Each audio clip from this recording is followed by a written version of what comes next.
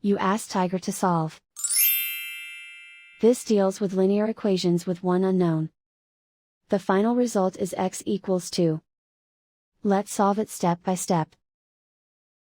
Simplify the expression. Expand the parentheses. Simplify the arithmetic.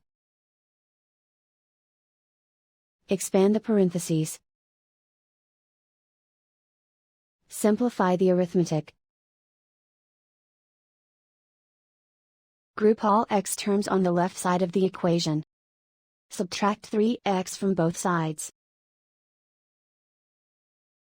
Group like terms.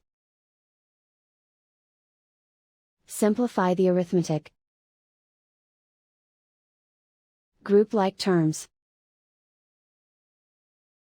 Simplify the arithmetic.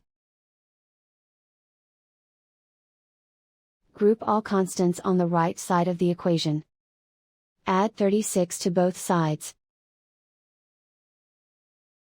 Simplify the arithmetic.